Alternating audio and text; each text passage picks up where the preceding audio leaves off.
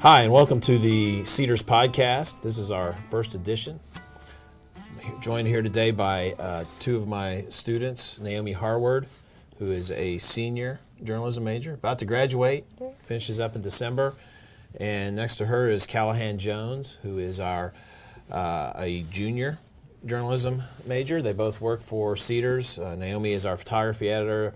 Callahan is our design director for print, and he handles our online site and keeps that running smoothly, gets things posted there, makes it look good, and all those kinds of things. So my name is Jeff Gilbert. I'm the faculty advisor for Cedars, also a journalism professor here at Cedarville. Today we want to talk about a story I came across. It was posted on a Politico website, and the headline was "Young Subscribers Flock to Old Media."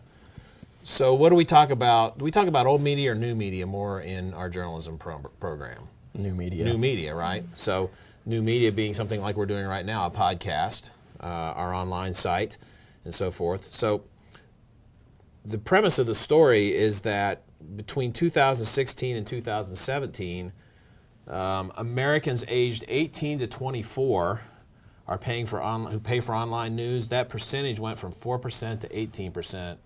According to a study that they handled, Politico did, and they're reporting on. So I find that interesting. In a year's time, people your age, 18 to 24, are paying for online news at a much increased rate. 4% of you a year ago, now it's 18%. It's still a relatively small number in terms of the whole universe of people, obviously, but it is good news for the news industry, who's been trying to figure out, how do we monetize online? How do we make money doing this? So I brought you two guys here because I wanted you to share what you each have an online news subscription. Each of you have one, right? I have two. You have a couple? Yeah. Okay, so we'll start with Naomi first. Tell us what yours is, why you choose to do that, how much time you spend with it, and if you don't mind sharing, what it costs you. Just curious about that, because that's part of it. A part of the discussion is, what are people willing to pay? So go ahead. So my subscription actually only costs 99 cents a month. Wow. It is to CBS's 60 Minutes, which I'm sure everybody knows about by this point. Yes. I actually subscribed to it solely to watch one video. I want to say it was last year. I was researching the Ohio heroin epidemic, and I found a video that had a lot of information about it, but you could only watch it if you were subscribed to 60 Minutes. So I paid for the subscription just to see that video. And I just really, I started watching more of the videos, and I just really like the way that they tell their stories. Okay. All right. So what's a recent one you recall that you watched? Anything that struck you as a good story that they did? Well, I just watched one about Hamilton the musical. I came across it. It was kind of an in-depth story as to Lin Miranda. Yeah. The director. Yeah, that guy. Lin-Manuel Miranda. That guy. Okay. Miranda's inspiration for writing the story, and just the journey that he took doing the production. And so they offer 60 Minutes. You can watch it as a TV show on Sunday night, right? Yep. I'm sure on the CBS app you can watch it. Probably for free for a while, and then I know how those TV network apps work, right? It's eventually you got to pay something to watch more or whatever. So what do they? I know that they do. They offer you more, right, than just what's on television. So tell us about that. Don't they? Don't they offer you more clips or more parts of the show? That maybe some unaired portions of the interview. Yeah, I think they give you. Access to content that they don't normally air on the shows or offer for free. I think that's the basic. And that's part of the plus to having a subscription is having access to content that they don't air everywhere else. So the point then is they're saying, hey, if you're a subscriber, you get more value than if you're not. They're trying to say, hey, this is something good that you might want to pay for, and you had to do it for something for me for class, right? Yep. A story you were doing for class last year. Class. And so to get this information, she says, okay, I'll pay this a little bit, but you found it interesting, you stuck with it, and it's 99 cents a month, not even for poor college students, right? It's not terribly expensive. So I'll break the bank. doesn't break. Okay, great. Yeah, doesn't. So Callahan, so what do you do? And just explain that to us. Well, I have one subscription, and then I actually willingly give toward another one. I have a Wall Street Journal print and digital subscription daily, so I give them $5 a month, and I get the print issue every day. Comes to the post office here on campus, and then on their app or online, I have full digital access to all their stuff that's in the print issue and a lot more. Wall Street Journal is one of the few papers that now is basically limiting all of their digital content to like subscribers only. But I do subscribe because number one, it's pretty cheap. Number two, it's pretty great news. You know, they do stuff really well. They do stuff pretty. They treat everyone pretty equally. You know, they're not really. The editorial pages are definitely a bit conservative leaning, but as far as their actual political news goes and a lot of their business news and stuff, they're pretty negative. They're not really leaning too far to the left or the right, which is really something I enjoy. And then I also give $5 a month to The Daily, which is the New York Times daily kind of news podcast. It runs anywhere between like 13 to 20 minutes. Every day they put out a new episode. Sometimes talking about the really big news of the day, like the episode yesterday focused on obviously the Texas shooting that happened on Sunday. Yeah, it happened on Sunday. They were focusing on that, but sometimes they'll focus on political news. Sometimes it'll just be like a nice profile piece about someone that someone at the Times dug up and they didn't really have anywhere else to put it. But it's really nice because it's mostly just interviews of people telling what they know about a situation rather than the Times kind of just, telling it the way that it is. So for example, like on Monday when they were talking about the shooting, rather than just talking about like what happened, they instead talked to two different pastors in the area about how it was affecting their congregation, what their congregation was doing to try to help the congregation of those affected.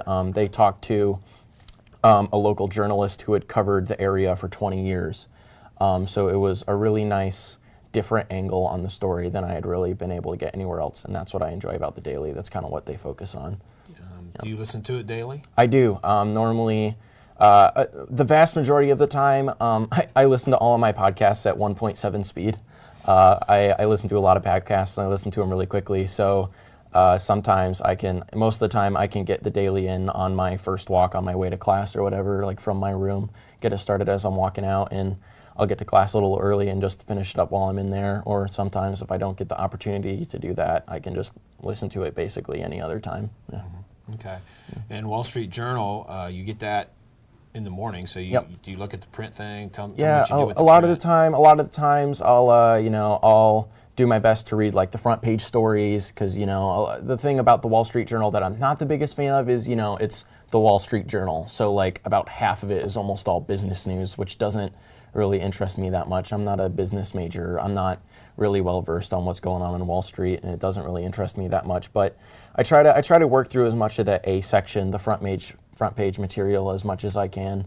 Sometimes over breakfast, sometimes like just after chapel if I have some free time or that kind of stuff. Yeah. Okay. And then the digital subscription, do you use that very much? I do use it a decent bit, especially to read like breaking news. They'll give me like a notification on my phone if there's some breaking news that they just put up, which obviously wouldn't have been in the print edition that morning, and I'll just read it there. Yeah. Okay. So there's a lot of breaking news apps. AP has them. Yep. Any kind of news site has. You can subscribe. You can accept what notifications or whatever on your phone, and you can see that. So the Wall Street Journal is one you use that for. Okay, interesting. So I think I just want to go through a couple more of these stats and get a little bit of your reaction to them. So in this Politico story, they talk about since November's election, last November, we're a year from that today. Today is Election Day. We're recording this on November the 7th on Election Day. So the New Yorker has seen its new millennial subscribers more than double from the same period a year earlier. So they report that 106% more new subscribers in the 18 to 34 age range, and 129% more from 25 to 34.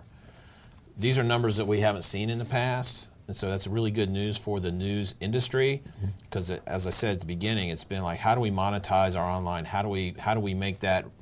How do we build revenue there? Make it an actual revenue stream, not just adding a little petty cash is kind of what it's felt like. It's about all it's given us for years, and we're seeing some trends in that area. When I worked in newspaper in the 2000s, first half of from 2000 to 2009, that was a big thing. How do we get online traffic, and how do we reach this demographic, 18 to 34? And that was really the demographic we were trying to figure out how to reach. And now it just suddenly is beginning to happen. So I found that real interesting. The Atlantic, another magazine, and both of these are kind of high profile. I don't know if elite's the right word, but things that you would want to read. So it has a similar story. Since the election, its number of new subscribers from 18 to 24 jumped to 130% for print, and 18 to 44 went up 70%. So it's not just them; it's newspapers as well. And you mentioned the Wall Street Journal, which really isn't known as they say in the story, being left around college dorm rooms. Doubled its student subscribers in the last year. How long have you had yours? I've had mine I picked it up I think I started August of last year. Okay, so it's been about a year, so you're probably within that year of when they did their research here, their surveying of it. They say 18 to 24 and 25 to 34. They're not giving the actual numbers, but they say those two age groups have been key drivers for their new subscriptions. And so those are interesting things. And also, the Washington Post, New York Times, they don't really share their specific data, but they're saying that their growth rate is highest among millennials. So we don't really know their numbers, but they're saying, yes, these trends we're seeing them as well, and those are obviously very national type newspapers, and for their online audience, reaching among millennials up by 9% from the same period a year ago. Now, in this story, they refer to this a little bit as the Trump bump.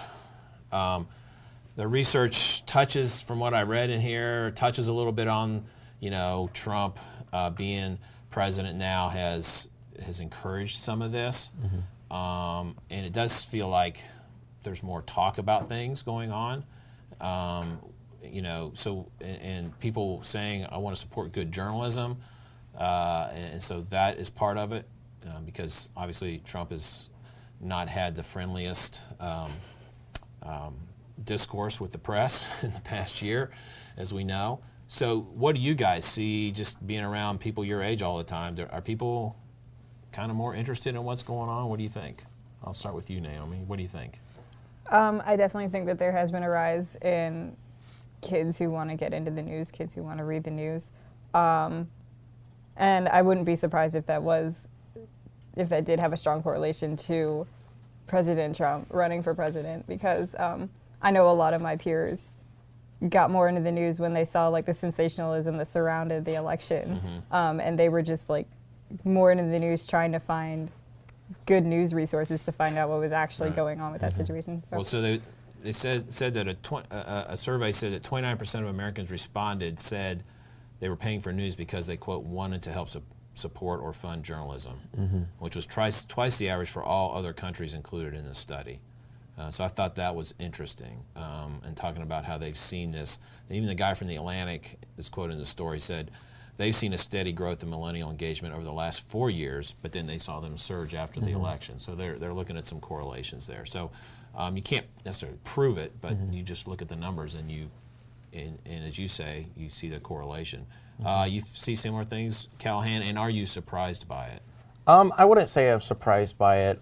Through my own personal experience, I would say kind of what I've observed kind of in a lot of the people around my age kind of match with what the Atlantic said.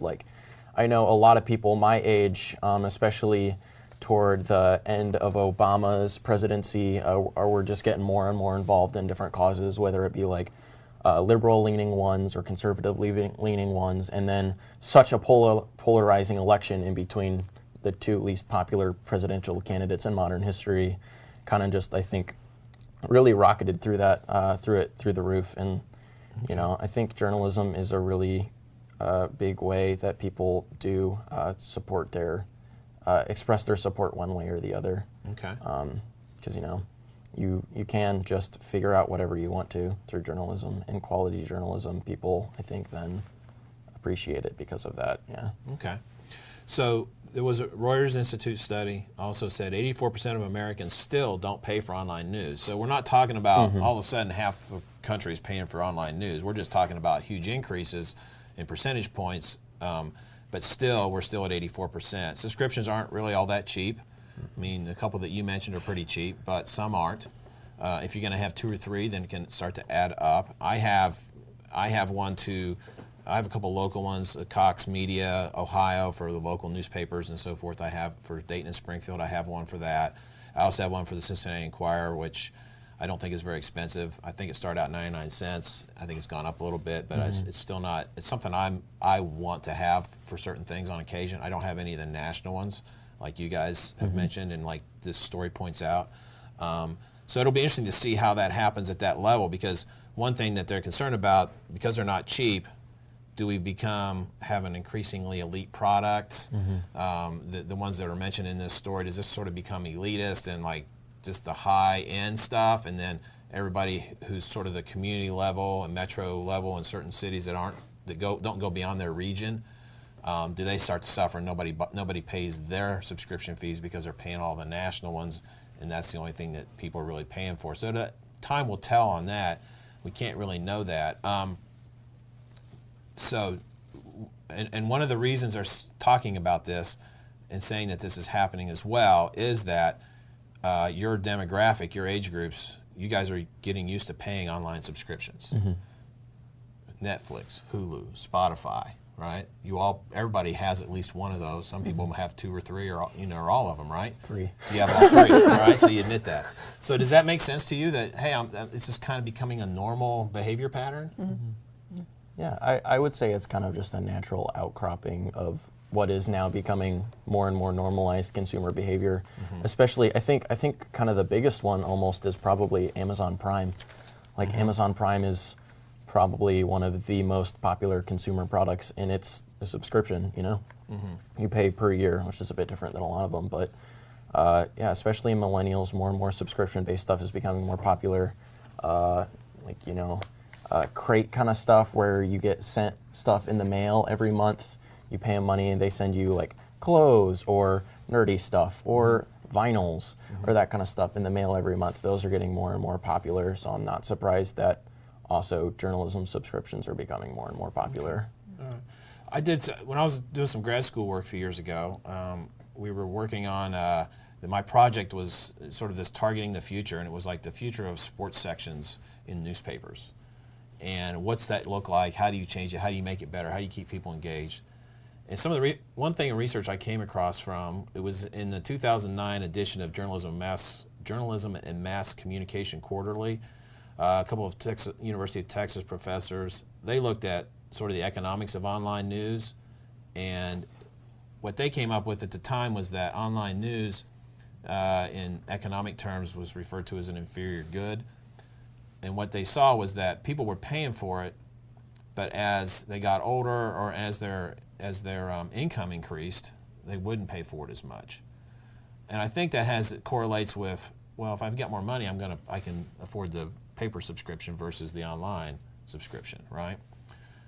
But things have changed a lot since then. The smartphone revolution has completely changed that, right? Because we can do this on our phone. And part of this research also pointed out that, and what I gleaned from it at the time, and the point I made when I presented my project a few years ago in grad school was that, and I think what we're seeing, and it was based on this research, that as this becomes more convenient, as it becomes more mobile, because a newspaper magazine you can take with you anywhere, right? You couldn't take your desktop computer with you anywhere. No. You can't. Laptops change that a little bit, but tablets and cell phones have really made it easy. So you can sit anywhere and read news on your phone, right? I mean, you could be doing it right now while we're doing this podcast if you wanted to. I can do it walking across campus. I can sit anywhere and do that.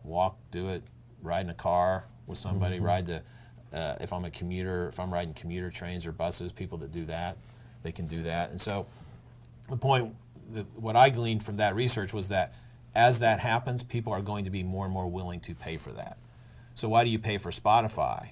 Because you can download it to your phone and listen to that music that you want to anywhere you go. If you didn't have the phone and you only could do it at your computer, you wouldn't do it. I wouldn't pay for Spotify. No. Yeah, you Not at wouldn't all. do it. So, and there's also this, we tend to, if we have to pay for something, it feels like it has more value, right? Instead of just something for free. And so I think that has something to do with it too. If I have to pay for it, something tells me, without me maybe really thinking about it too consciously, that it's worth more. And so I think that happens. And so, we just trust things sometimes. We pay for it, it's free. We love free stuff, right? But to pay for it seems to add value to it. So, so what do you think? I mean, going forward, new subscriptions are probably a part of a lot of people's lives going forward, don't you think? As far as online subscriptions, where do you guys see any? What's the next greatest thing coming out of that? Anything, or do you think it's just going to continue to sort of be kind of like it is, and mobile sites are getting better and better, and it's easier to read on your phone? You think that'll encourage more? You think those numbers will continue to rise? I guess is kind of what I'm being around people your age. What do you think? Who wants to take that one? I'll take it, sure. I mean, I think I personally would say that I think a lot of where the future lies actually depends on how much of the rise is actually dependent on Trump.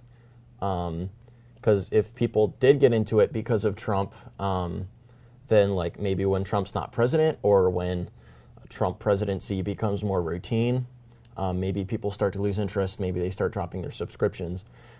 Maybe people will find out that even if they did get into it with Trump, maybe they do find out that they really do enjoy it. Maybe they start getting their friends on the train, So I think if it is due to a Trump bump, it could really go either way. If it's not actually due to a Trump bump and is actually due to more with millennials actually wanting to become more and more involved with the news, I think the natural progression only would for it to continue going up, or at least to go up for a while and then kind of stabilize. And the ease of it too now, as Yeah, I was exactly, mentioning, yeah. as far as it's mobile, it's so the ease easy. is massive. Yeah, exactly. Yeah, okay, great. Well, thanks to you guys for helping me out with this and talking about this. I think it's an interesting topic. We'll see where it goes in the future. So, thank you for listening to our first Cedars podcast, and we look forward to many more.